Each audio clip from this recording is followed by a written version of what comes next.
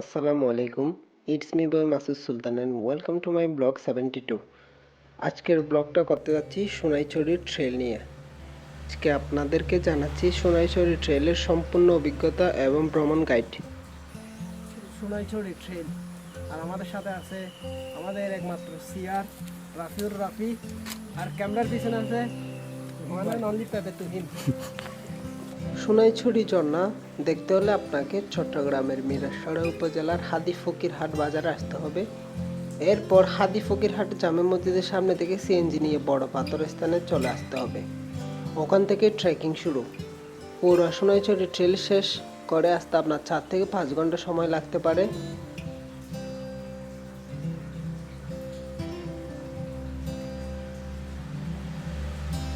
Sonaichhari trail রয়েছে সবচেয়ে adventures, সবচেয়ে দুর্গম, সবচেয়ে সুন্দর। তিন্দুর মতো বড় বড় পাথরের বোল্ডার। বৃষ্টির দিনে পাথরগুলো খুব পিচ্ছিল হয়ে যায়। কাটা পাথরের দেয়ালে আর বাঁদরের মতো বিভিন্ন ভয়ঙ্কর প্রাণী রয়েছে এই খুমে। এর চারপাশে 100 থেকে 150 ফুট উঁচু পাথরের দেয়াল। কমে শত শত বাঁদরের বসবাস। উপরে গাছপালা এবং খাড়া দেয়ালের জন্য নিচে সূর্যের আলো সব জায়গায় আসে না।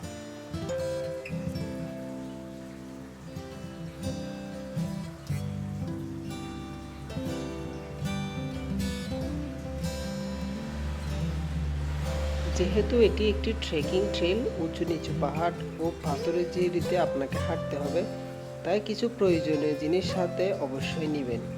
নিজের প্রয়োজনীয় অনুযায়ী ব্যাকপ্যাক, পানির বোতল, গামছা, রুমাল, মাথার ক্যাপ, আরামদায়ক পোশাক, ভালো গ্রিপ করা এমন জুতা তো মাস্ট বি লাগবেই। ফার্স্ট এইডের প্রয়োজনীয় জিনিসপাতিও সাথে রাখতে পারেন চাইলে। এছাড়া পুরো ট্রেইলে কভার করতে চাইলে অবশ্যই হাতে সময় নিয়ে রওনা হবেন। নতুন ট্রেকার হলে একটা জিনিস অবশ্যই মাথা রাখবেন, পুরোটা কভার করতে চাইলে আপনাকে আগে থেকে না জানে বা স্থানীয়দের থেকে পরামর্শ না নিয়ে কখনোই যাবেন না। ঝর্ণার পুরো রূপ দেখতে চাইলে বর্ষাকালে ভ্রমণ করবেন, আর ভ্রমণের আগে লোকালদের কাছ থেকে সম্পূর্ণ ট্রেলটি সম্পর্কে জেনে নেবেন। পাহাড়ি পথে আমাদের হাঁটা শুরু হলো জিরিপথ ধরে। ধীরে ধীরে ঠান্ডা জলের দ্বারা আমাদের দিচ্ছিল অসাধারণ প্রশান্তি। ট্রেকিং করার জন্য আলাদা জুতা কেনা ভালো, তবে আমরা খালি পায়ে গিয়েছিলাম। সোনাইছড়ি ঝর্ণা খুব বেশি পরিচিত না হওয়ায় মানুষের আনাগোনা এদিকে কম, যার কারণে আমরা সোলো ট্রিপ বা 3 জনেই ভ্রমণ শুরু করি। তার উপর আমরা কোনো রকম গাইড ছাড়াই আমাদের সম্পূর্ণ ভ্রমণটা সাকসেসফুলি শেষ করি। হঠাৎ সামনে পড়বে 2 পাহাড়ের মাঝে তৈরি গুহা। গুহার মধ্যে দিয়ে ভীষণ স্রোতের দ্বারা অতিক্রম করার এই মুহূর্তগুলো জমা করবে আপনার ঝুলিতে অজস্র গল্পের সমাহার। এই জন্য হয়তো কবি বলেছিলেন, travelling it leaves you speechless then turns you into a story teller.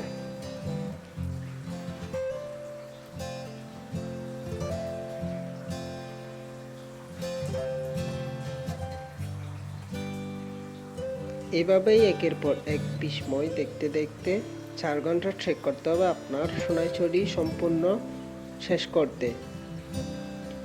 যেতে যেতে প্রতি মুহূর্তে আপনার জন্য বিস্ময় অপেক্ষা করবে। কিছু জায়গা হয়তো সমতল পাথরের উপর দিয়ে খুব বেগে পানি চলে যাচ্ছে, চুপ করে শুয়ে পড়ুন পাথরের উপর। তারপর সবুজের বুক ছিঁড়ে আকাশের দিকে তাকান। ঠান্ডা জলের স্রোত আর মিষ্টি কুলু কুলু ধ্বনি আপনাকে আরো অনেকদিন হাসি মুখে বাঁচার শক্তি যোগাবে।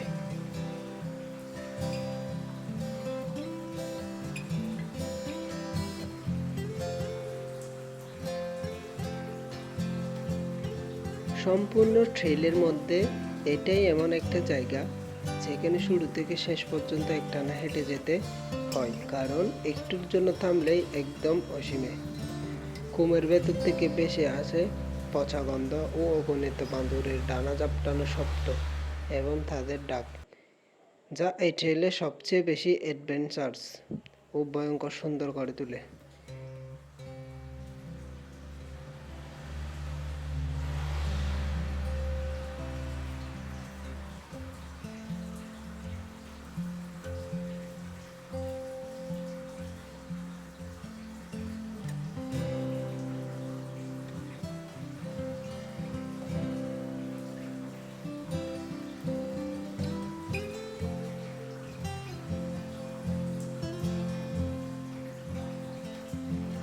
ট্রেলের ভেতর হাজার হাজার বান্দরের ডানা ঝাপটানো আর কিচমিচ চিৎকারে কান পাতা দেয়, আর সেই রকম বাজে গন্ধে সৃষ্টি করে আপনার মনে ভয়াবহ এবং ভুতুড়ে আবহ।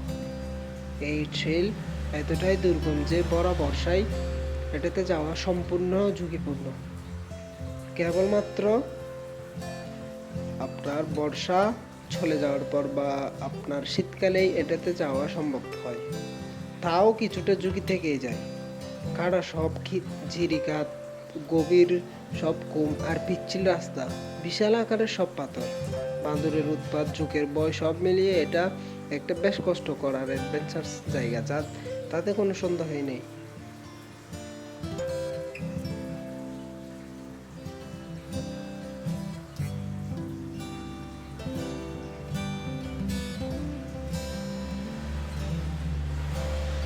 আর এইরকম 2 থেকে 4 ঘন্টা ট্রেইলে যাওয়ার আগে আপনার ব্যাগে কিছু শুকনো খাবার নিয়ে যেতে পারেন, যেমন পাউরুটি, বন, খেজুর, চিড়া, মুড়ি, ওইরকম কিছু নিয়ে যেতে পারেন। ট্রেলের মাঝখানে আপনাকে শক্তি যোগাবে এই শুকনো খাবার, তাছাড়া পানি তো থাকবেই।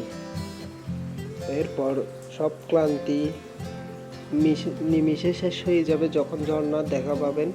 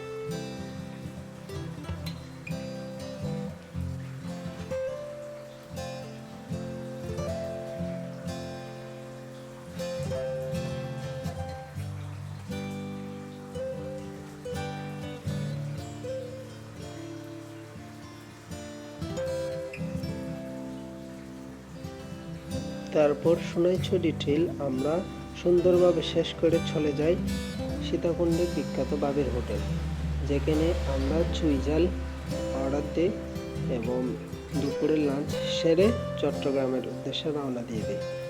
আর আজকের ব্লগটা এতটুকুই। সবাই ভালো খারাপ কমেন্ট করবেন, আর বিস্তারিত কিছু জানতে চাইলে ইনবক্সে নক দিতে পারেন।